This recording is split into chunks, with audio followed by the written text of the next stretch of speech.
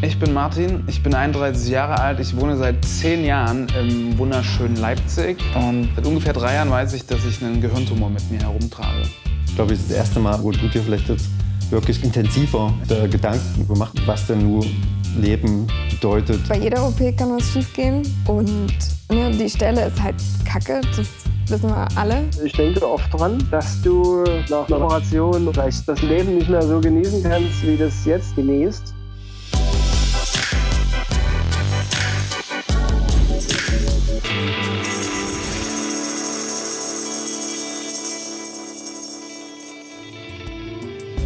Es sind noch 2 Wochen bis zur OP und meine Laune ist eigentlich ganz gut. Ich fühle mich fit und gesund, bin nach wie vor davon überzeugt, dass ich die richtige Entscheidung getroffen habe und so langsam hätte ich es dann auch gern mal hinter mir.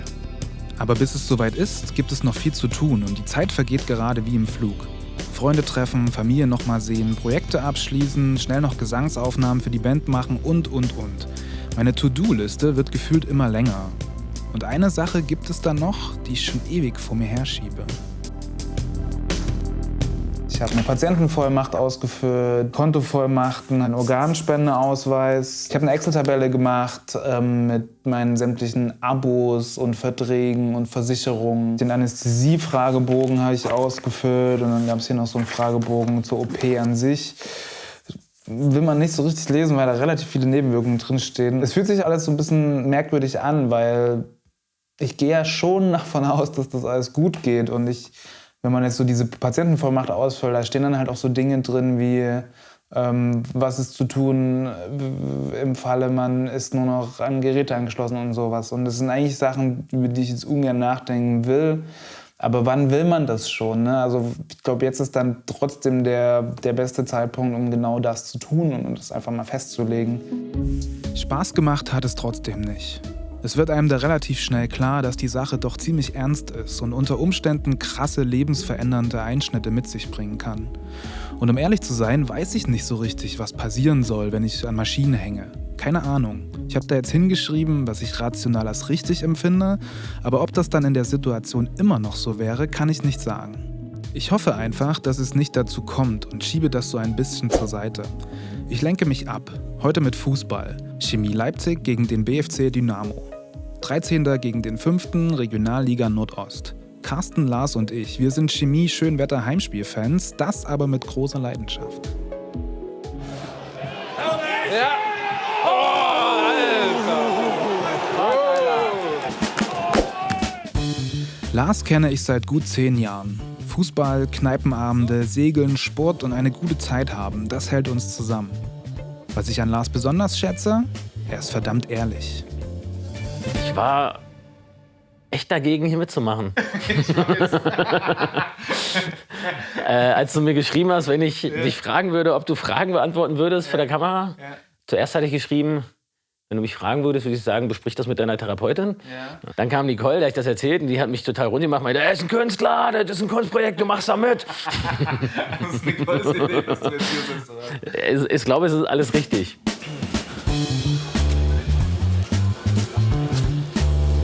Lars will sich noch eine Mütze kaufen gehen. Ja. Yeah. Gehen wir durch den Notdarm durch? Unten lang? Ich glaube, dass wir ein sehr ehrliches, freundliches, lustiges, aber doch durchaus auch ernstes Verhältnis haben. Wir haben so die Fähigkeit, uns irgendwie immer gut auf andere Gedanken zu bringen. Weil wir immer mit dem Lachen uns begegnen, glaube ich. Immer, auch wenn es scheiße ist, irgendwie gut gelaunt. Das zum einen, aber zum anderen auch das, was gerade dran ist, was passiert im Leben, irgendwie gut zu betrachten, gut zu besprechen. Und dabei einfach Spaß zu haben. Spaß ist die große Klammer, die oben drüber steht, wo wirklich gute, ernsthafte, inhaltliche Dinge drunter kommen, aber Spaß ist irgendwie... Ja, das ist schon unser Ding, so, glaube ich. Ist das im Angebot? Ja, weil es so kalt ist, haben sie reduziert. Kostet nur einen Zehner. Wie fühlst du dich jetzt? Ja, ist auch warm. Schön. Spaß haben. Das funktioniert zwischen uns ziemlich gut. Auch wenn es in den letzten Wochen zumindest von meiner Seite immer etwas schwieriger wurde. Denn ja, meine Gedanken drehen sich permanent um das eine Thema. Aber ich versuche dagegen zu halten und habe das Gefühl, dass ich das mit Hilfe von Menschen wie Lars auch gut schaffe.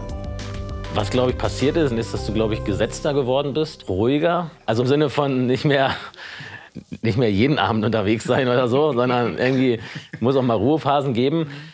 Aber jetzt nicht irgendwie, dass es mir total aufstoßen würde oder dass es irgendwie sagen würde, so, endlich kommt das Teil raus, dann wird es wieder der alte Martin oder so. Also gar nicht. Echt, ist halt einfach, ist halt Martin im Ganzen so. Wir haben es ja auch immer, wenn wir uns treffen, ist das immer mal ein Thema. Also nicht immer, glaube nicht immer, aber häufig. Aber auch nur mal so dann 10 Minuten und dann ist auch gut so. Und ich glaube, wenn es jetzt nur noch das Thema gäbe, dann hätte ich ein Thema. Wenn wir sagen, Alter, der hat sich verändert. So. Aber das ist ja nicht. Also ist ja irgendwie, bist du, so wie ich dich wahrnehme, durchaus optimistisch und lebensfroh und freudig geblieben. Und möglicherweise auch noch fokussierter auf die guten und freudigen Dinge im Leben. So. Und? Wie geht's aus? Ach, wahrscheinlich geht das so 3-0 oder so nach hinten. Ja, zu Hause ist immer so eine Sache, ne? Eine 3-0-Niederlage wäre für Chemie im ewigen Abstiegskampf wohl das Schlimmste, was jetzt passieren kann. Optimistisch zu bleiben ist in der Regionalliga oft Millimeterarbeit und so ähnlich ist das auch mit meinem Kopf. Obwohl ich scheinbar ganz zufrieden rüberkomme, die Entscheidung, OP ja oder nein, die hinterfrage ich täglich neu. Das Ding spielt einfach seit, 2 Jahren oder so permanent eine Rolle. Und das ist ja nicht zu verachten, also was das mit der Psyche macht. Körperlich glaube ich, also von dem wenigen, was verstanden hat, glaube ich, du könntest mit dem Ding leben. Aber das ist ja nur die halbe Wahrheit. Und ich glaube einfach, das aus dem Kopf zu haben auf verschiedenen Ebenen, also wirklich auch aus den Gedanken zu haben und zu wissen, das ist nicht mehr da und ich muss mich dann nicht mehr drum sorgen. Ich kann nachvollziehen, dass das wichtig ist. Aber ich kann dir nicht sagen, das ist die richtige Entscheidung oder die falsche, weil dafür ist es einfach nicht, ist nicht in meinem Kopf. Dass da Zweifel sind und hin und her und Ambivalenz, finde ich, glaube ich, ist völlig normal. Also ich habe den Prozess auch ein bisschen mitgekriegt. So. Das kann man nicht von heute auf morgen mit der OP, sondern irgendwie der Endgegner. Wenn irgendwie jetzt einen Endgegner anzugehen, ist geil, dann ist das Game aus. So. Gibt es da heute die Wintermünzen, die sind 10 €. Siehst du? Also, der Sparfuchs. 2 Saisons gewartet auf diesen Tag, Alter. Die Mützen sind reduziert. Sorgen? Nee, Sorgen ist das falsche Wort. Ich habe mir schon Gedanken gemacht, natürlich so. Was heißt das, Alter? Der lässt sich hier am Kopf irgendwie am Gehirn? Hey, natürlich, wenn der Typ irgendwie einen Tattrigen hat und irgendwie falsch abbiegt mit seinem Sauger, dann saugt er dir ein Stück Gehirn weg. Aber das wäre in jedem Falle nicht gut, aber das wird er nicht machen. Ich vermute, dass am 3. Tag die erste irgendwie das Ganze aufs Korn nehmende WhatsApp aus dem Krankenbett aufläuft, weil es einfach scheiße langweilig sein wird. Ja.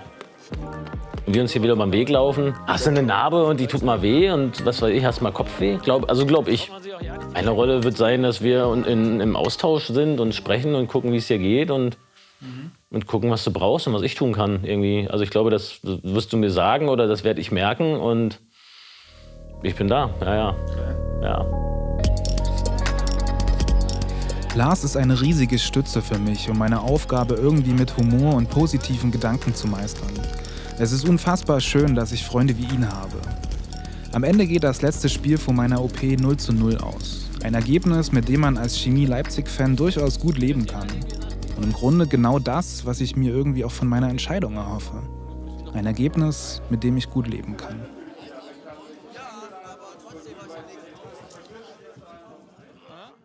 In der nächsten Folge.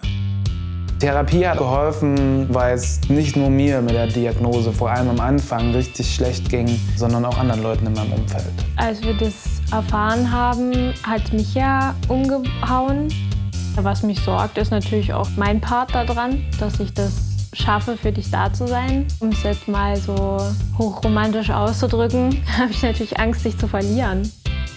Und das heißt jetzt nicht unbedingt, dass du jetzt stirbst, sondern auch, dass vielleicht irgendwas von dir stirbt.